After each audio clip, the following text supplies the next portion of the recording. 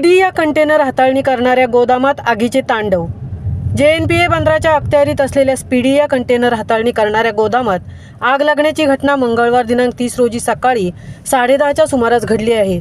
या आगीची तीव्रता एवढी होती की आगीचे लोट हवेत उडाल्याने कामगार व गावकऱ्यांमध्ये भीतीचे वातावरण निर्माण झाले होते।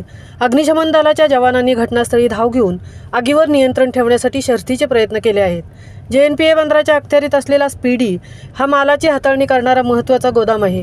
या गोदामात मोठ्या प्रमाणात देश परदेशात आयात निर्यात करणाऱ्या मालाची साठवणूक केली जाते। तसेच बंदर परिसरात सीमा शुल्क विभागाने जप्त केलेल्या कंटेनर सील करून ठेवले आहेत।